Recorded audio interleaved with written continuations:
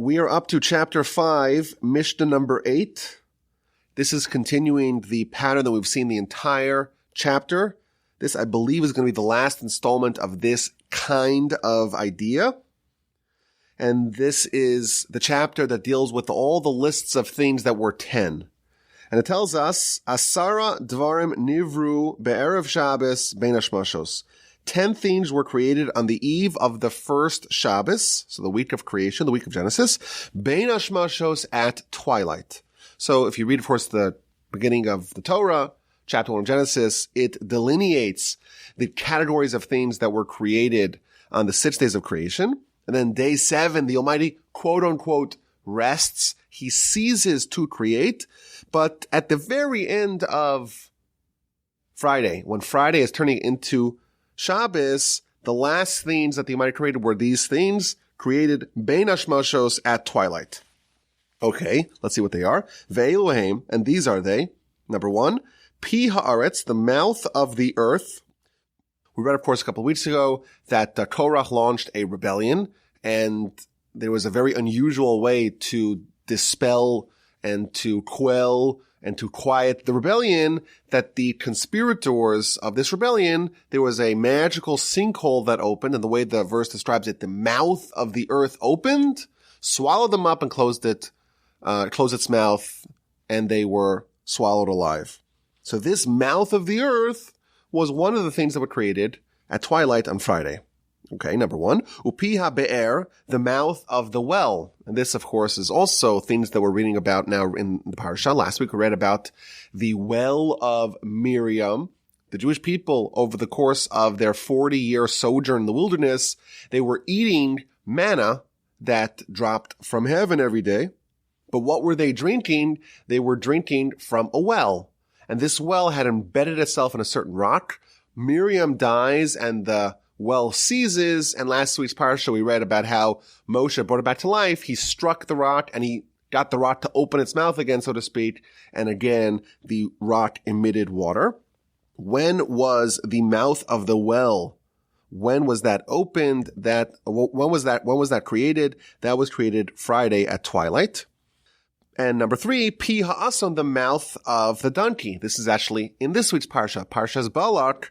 There is a very unusual interaction between Bilam, the prophet of the Gentiles, the prophet of the idolaters, and his female donkey, namely that they have a conversation. Bilam's on his way to go curse the Jewish people, and the donkey is not cooperating, and he's hitting it, and it's a very long description of what's happening. And Bilam tells the donkey, if I had a sword, I'd kill you. He gets really frustrated, his donkey, and the donkey starts opening its mouth and conversing with Bilam. When was this donkey's mouth, so to speak, this one donkey in history that's able to communicate, when was that created? That was also created at twilight. Vehakeshes, and the rainbow that was shown to Noah, created at twilight. Vehaman, and the manna. Vehamate, and the staff. The staff is a very important part of the paraphernalia of Moshe.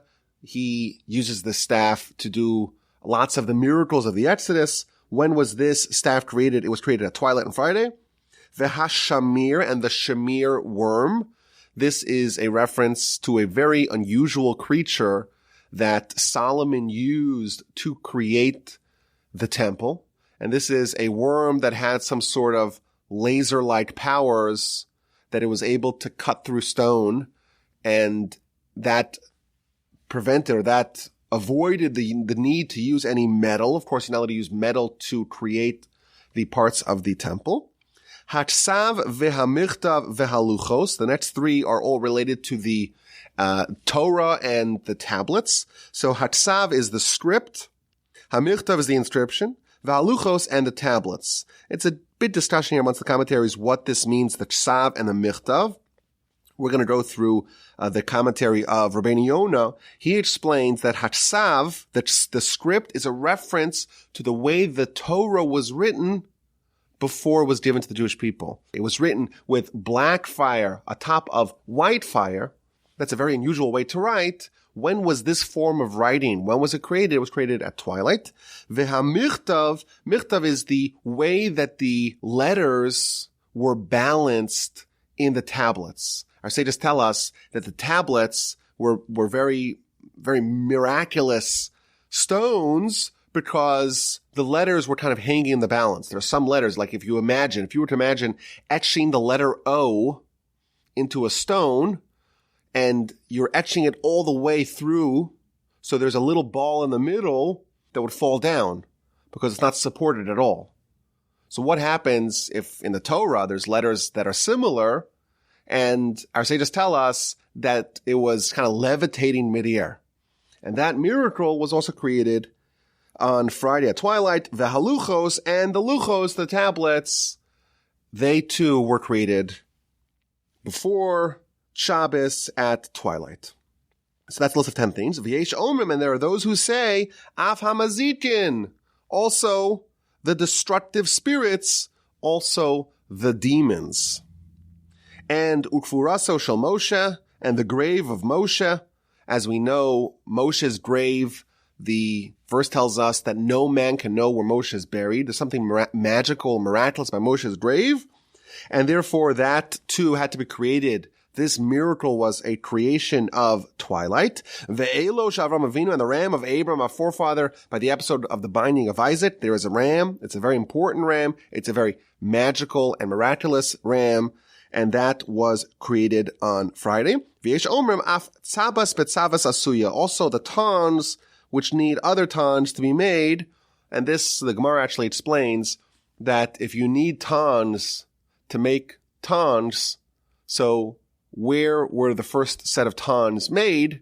Because if you could only make tons with a ton, the original ton that you used to make the first set of tons had to be created ahead of time. And that was the creation of God. Now, in the Talmud actually says that no, there's a separate way to make a ton. You put it in a mold, you cast it in a mold, and that is the way that the first set of tons were made. So this is, again, another list of 10 things. It's 10, and then there are some other opinions as to maybe more things that were 10, and these are things that were created at Friday at twilight. Now, this seems like a very random, motley mix, a potpourri mix of things that were created on Friday at twilight, and it's not exactly clear what is so unique, what is so special about these things that they had to be created at that time.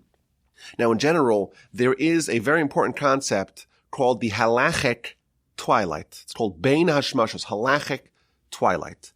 And the question that is oriented around this time of the day, is when exactly does one day end and a second day begin? As we know, you read Genesis chapter 1, the day begins with the previous night. And therefore, Friday night is already considered Shabbos, it's already Saturday. So once it's nightfall, once it's nighttime, the previous day ends. So tonight, it's Sunday today, and tonight already, even though on your calendar it says it's Sunday until midnight, actually once it's nighttime, halachically, it's already Monday. And that's why Saturday night, Shabbos is over, even though it's still Saturday, for us, the way we work our calendar, halachically, it's already Sunday. But when exactly does one day end and a second begin? And that is a quite confounding halachic question with, of course, many different ramifications. You know, is it Friday? Is it Shabbos? And there are many different things that we need to know relative to this question. So for example, a very basic idea, when it is a festival, there are things that we must do, things that we must not do. So when does Pesach end? And we could start eating chametz. We could start eating leavened bread. When does Pesach start? When does Shabbos start? Etc. And the Gemara tells us that there are various different points in the night when one day ends and a second day begins. The first point is what's called shkia, meaning sunset. Once the ball of the sun falls beneath the horizon, that is one juncture, so to speak, in nighttime. So for example, today in Houston, Texas, at 8:25 p.m. is sunset. And at sunset, it's still kind of light outside, but the ball of the sun has moved westward and you can no longer see it. And that is one juncture, so to speak, in the nighttime. And then you have what's called Tzeis HaKochavim, when the stars are out, which means it's really dark, it's nightfall, and that comes sometime later. And this is a very complex halachic problem. Exactly when does this other point in the sand, this halachic nightfall, when exactly is it? So you to think of it, just for our purposes, we think of it as somewhere between, let's say, 40 or maybe 72 minutes after sunset, there is the time of halachic nightfall. What about the time in the middle? What day is that associated with? For some purposes, we say sunset. For some purposes, we say nightfall. So after nightfall, it's definitely the next day. And before sunset, it's definitely the previous day. What about for those, let's call it 72 minutes in between? That is halachic twilight. That is bein hashmashos. And for our purposes, we have to assume the stringencies of both days. So suppose we're coming out of Shabbos, we have to assume it's still Shabbos until the end. Suppose we're coming into Shabbos, we have to begin Shabbos ahead of time at sunset, at least at sunset. Because we don't know. Is this the previous day? Is this the end day? Only the Almighty knows exactly, so to speak, when this crossover point is. For us, we have to assume the stringencies of both.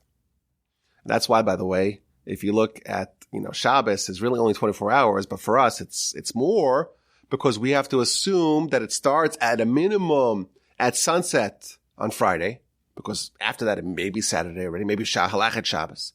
And we cannot end it until Saturday night at nightfall, because that period, that twilight period, that doubtful period, we have to assume the stringencies of both days. And that's why Shabbos ends up being more than 24 hours on a very practical level. Now, there's a very interesting application of halachic twilight, and that is what happens if there is a baby boy born at twilight of Friday night. So after sunset, but before nightfall. And therefore, we would have to say, when is that baby born? It's either born on Friday. Suppose that the reality is the baby's born on Friday, or maybe the reality is that the baby's born on Saturday, on Shabbos. And therefore, here's the question. When is that baby circumcised? We know a baby's circumcised 8 days later. So baby's born, let's say, on a Tuesday afternoon. There's no question, born on Tuesday. So when will the bris be? When will the circumcision be? 8 days later. Well, when's that? The following Tuesday. Why? Because you count Tuesday, baby's born, and then Wednesday's day 2 already. And therefore, day 8 is the following Tuesday. What about when the baby's born at twilight? If it's twilight, let's say, Tuesday to Wednesday, when's the child circumcised? You can't circumcise them on Tuesday because maybe Tuesday is day 7, and you can never circumcise a baby before 8 days. Because maybe the baby's born on Wednesday, and therefore the following Tuesday is day 7, and then you would have to wait till Wednesday. And therefore you would circumcise the baby, maybe it's day 8, maybe it's day 9. But here's the interesting question.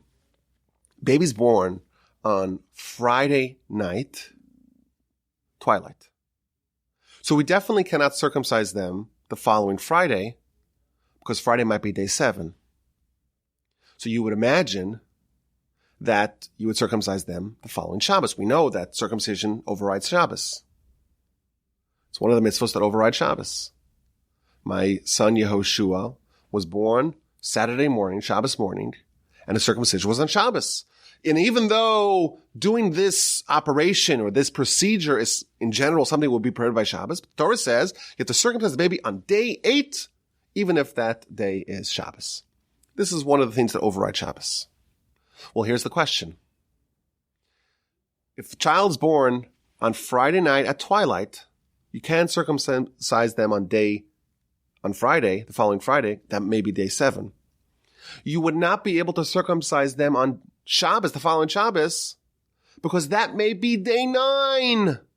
And the only kind of circumcision that overrides Shabbos is a day 8 circumcision. And therefore you can neither circumcise them not on Friday and not on Shabbos. You must wait till Sunday, which is definitely not 8 days.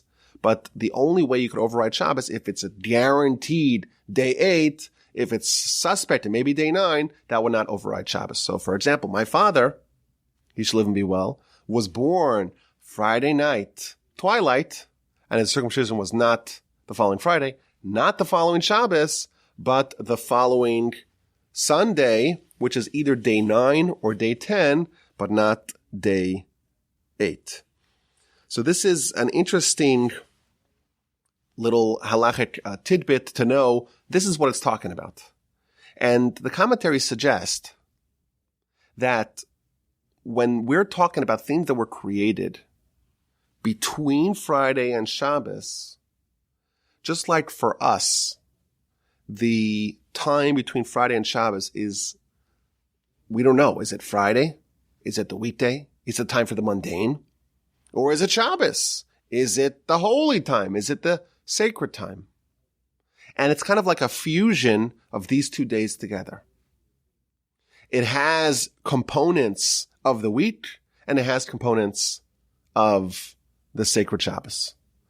And some suggest that these 10 things, what makes them unique is that even though they are physical phenomena, but they have spiritual characteristics as well. That's the suggestion, one of the suggestions that's given. Now, another idea, which I found very fascinating, the obvious question is like this, what's this Mishnah telling us? What's the idea of this Mishnah?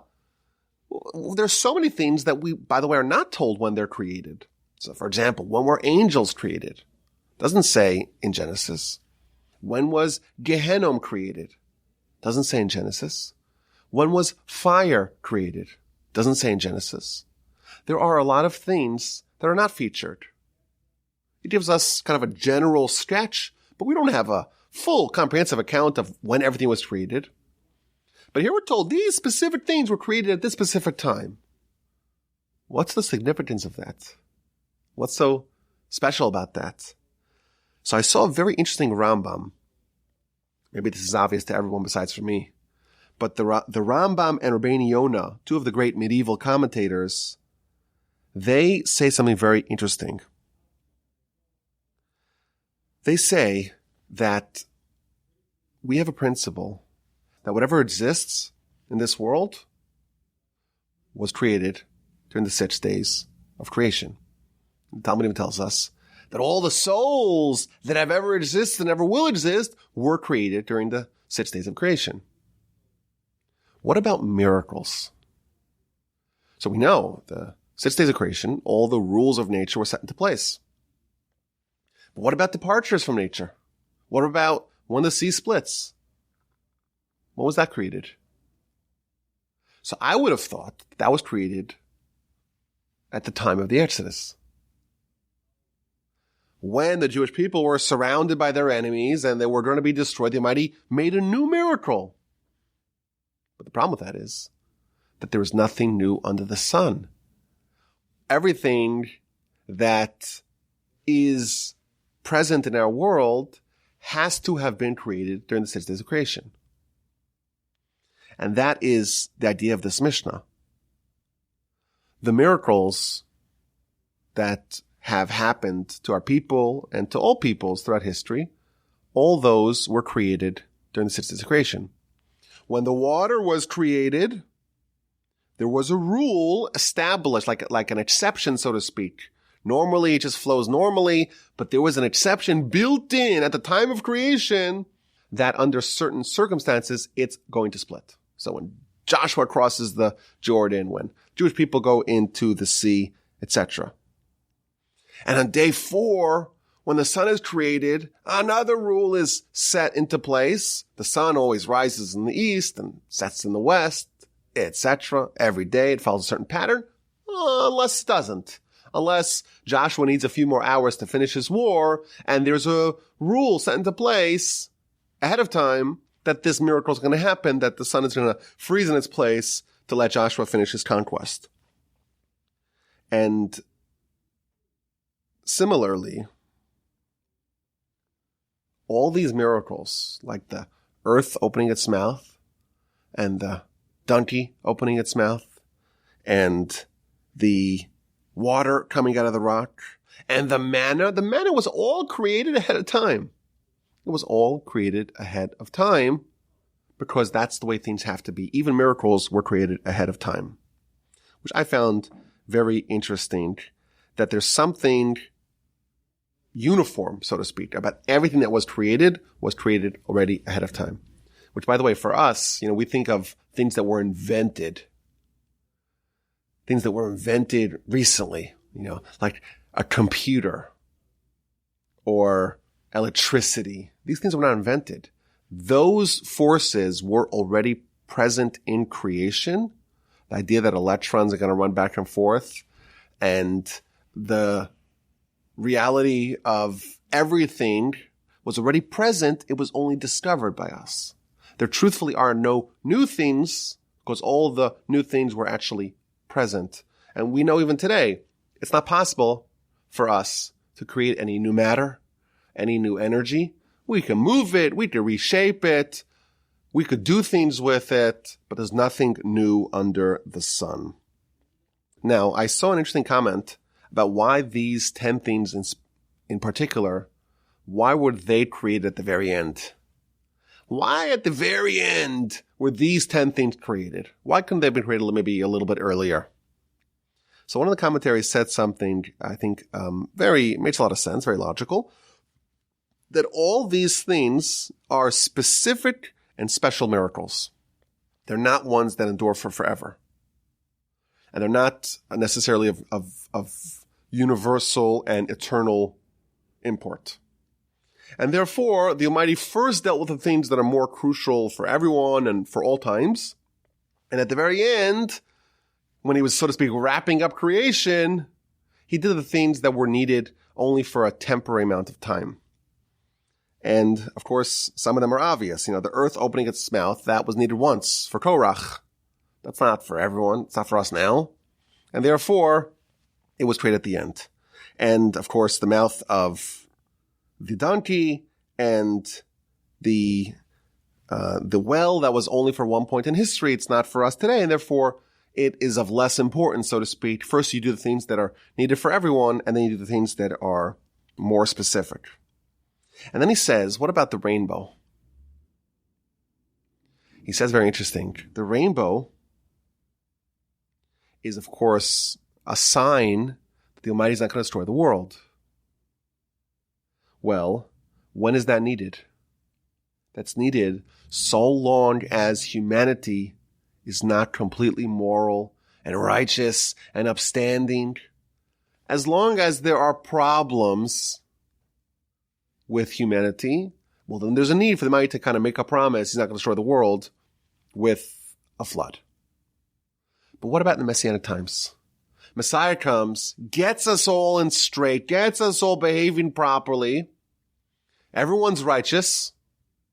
The miracle, so to speak, of the rainbow being an indication of the Almighty's promise, so to speak, not to destroy the world, that miracle is not needed. Now, again, the commentaries will say, wait a minute, it's not a miracle. There's a certain refraction of light when the sun is in one place and there's rain in another place, and that just creates a certain refraction of light. It's not a miracle per se, but the commentaries note it's not that the concept of a rainbow in general is what's described here, but the fact that the rainbow is an indication of the Almighty's pledge, so to speak, to us. He's not going to destroy the world. That's only needed until Messianic times.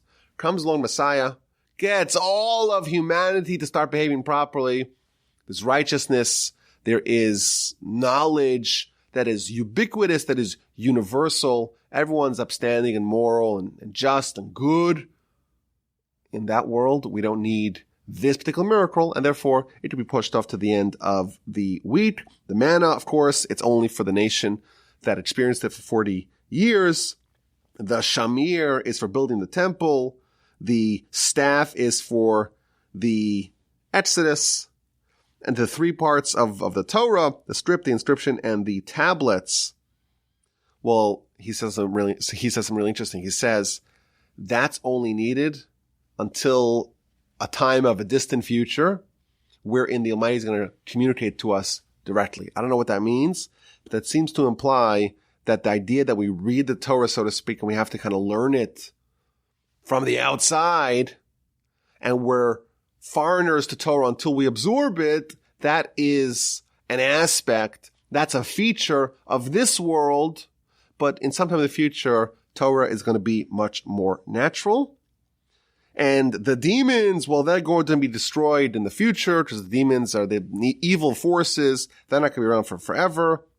And of course, the burial of Moshe and the ram of Abraham, these are things that are specific things, and they were not done for all of humanity, and therefore they are pushed to the end. I find that to be a very reasonable interpretation of why specifically these miracles had to be etched in stone at the very end, once all the general, so to speak, creations and exceptions / miracles are set into place, then there is the time to deal with the more specific things at the very end of the week. Now I want to zone in on maybe the most provocative part of this Mishnah, because this is something which is very, very distant from us, and that's the idea of the demons. I saw a few really interesting things I want to share with you about the demons, because it's one of those really interesting topics that evokes a lot of curiosity. And here again, it says in the Mishnah, there's something called demons. What's a demon? What does it do? What exactly does it represent? So I saw a few interesting things I want to share with y'all. First of all, we're told in the Talmud that a demon shares some characteristics of humans and some characteristics of angels. It doesn't have a body, of course, like an angel, but in other aspects, it's like a human, but it's called a mazik. Mazik means it's a force of destruction. It's a force of damage. So what exactly does this mean? So I saw something that kind of blew my mind. And that is that the Almighty created these demons at the very end of the time period, so to speak, of creation. And he created these spirits, if you will, but they're spirits that don't have the ability to behave, to act. You know, what makes a body animated, a person animated, is that there's both the force, so to speak, of life, we would call that a soul, and there's the body, which is the implementation. And we have a demon, and a demon here is described as this force, but it doesn't have the tools, so to speak, to implement its wishes, if you will. And I saw one in the commentaries here, says something really scary. He says, the Almighty created these demons on Friday afternoon. And he creates them just as a spirit. And they're defanged. Why? Because there's no body. They don't have an implement. They don't have a tool to act.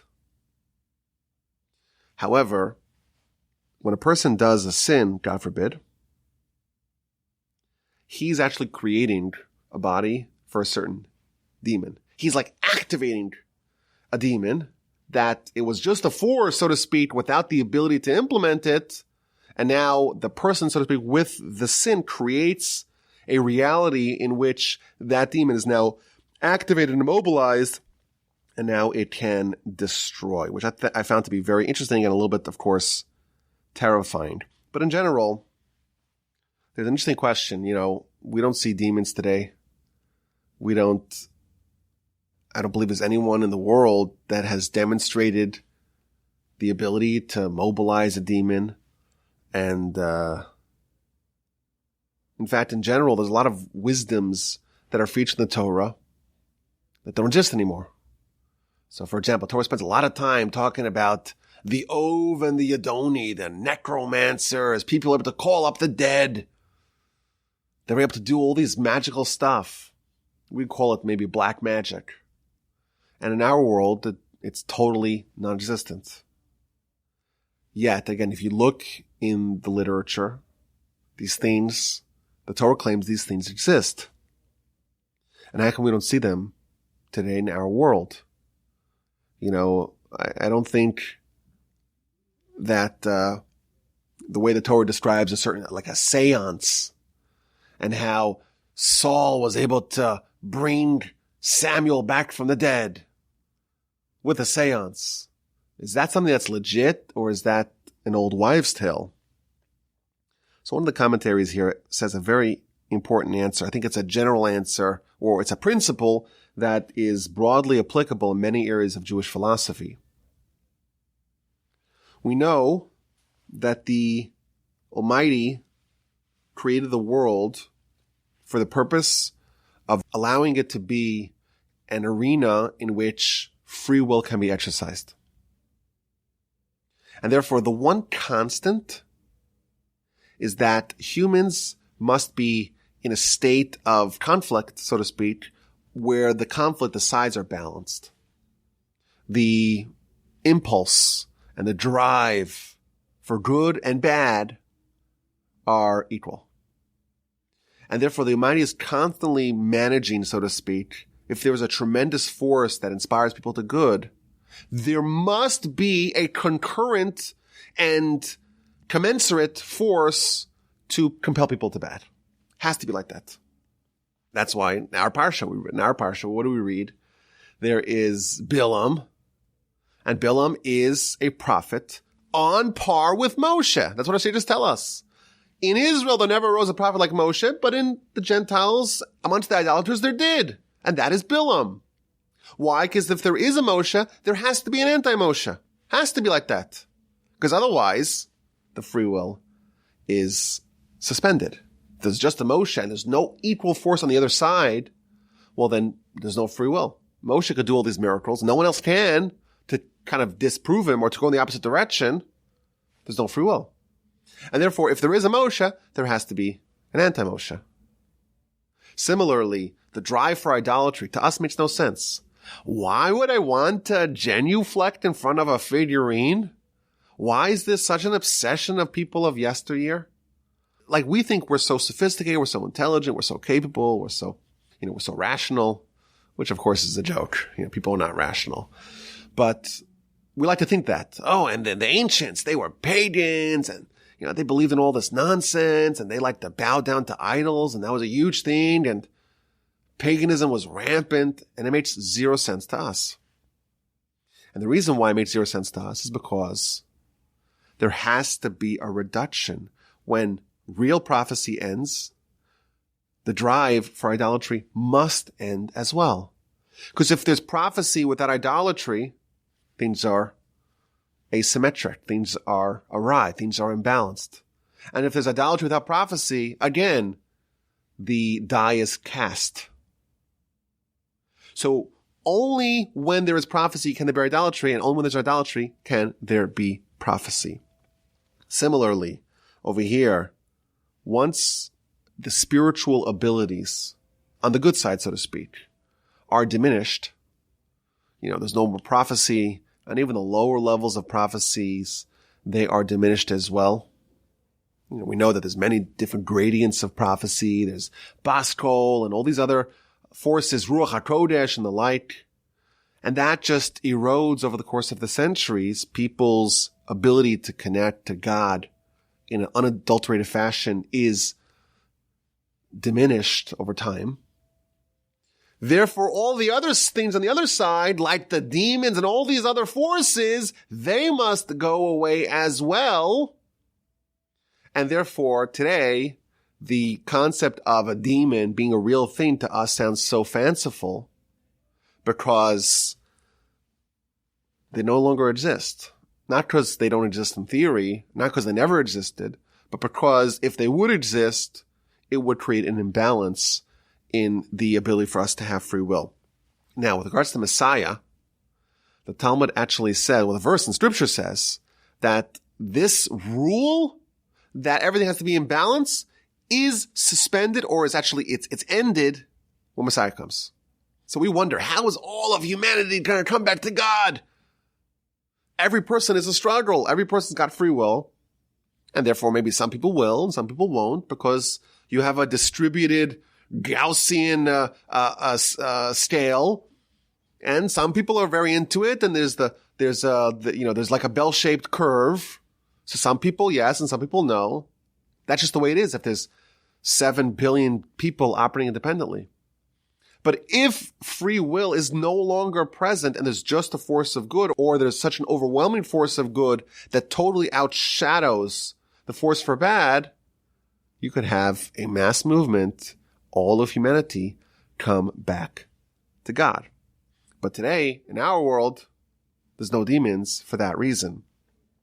In fact, there's a very controversial Rambam. Rambam says there's no demons. Now, the problem is we have our Mishnah. Mishnah talks about demons, destructive forces, destructive spirits. The Talmud has all kinds of stories about demons and what they did, crazy stuff. And the Rambam says that they don't exist. And this is the answer. It's not that they never existed. It's just in the world that he's writing to, it has already expired. It has gone extinct because if it did exist, it would corrupt the free will. One more idea that I want to share about this Mishnah. Every time we talk about the ram of Abraham, I think it's important for us to mention this idea. I heard it from Rabbi Jeff Wogelunter, who is a father of a former colleague of ours here at Torch, still an adjunct faculty member here of Torch, Rabbi Yaakov Wogelunter. And he gave a speech. Of course, we read about the binding of Isaac. We read it on Rosh Hashanah. Second day of Rosh Hashanah, that's what we read. And the horn of the shofar is supposed to be reminiscent of the horn of the ram. That's what we use, a ram's horn.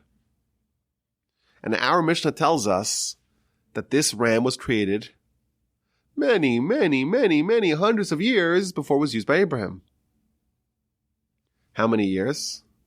Lots and lots and lots. According to our tradition, Abraham is born in the year, it's an easy number to remember, 1948 after Adam.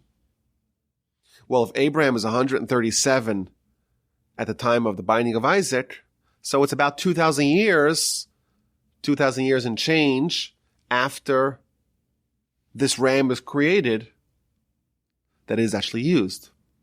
Now, if you look at Rashi's comment in Genesis chapter 22, Rashi seems to imply that the ram was actually trapped in the thicket for thousands of years. It's kind of a crazy thing to think about. That there's this ram created during the week of creation, and for 1,000 years, 2,000 years, it is waiting to be used by Abraham. And if you were to think about the perspective of this ram, all its counterparts are able to jump around, are able to procreate, are able to climb up mountains, are able to have a good time.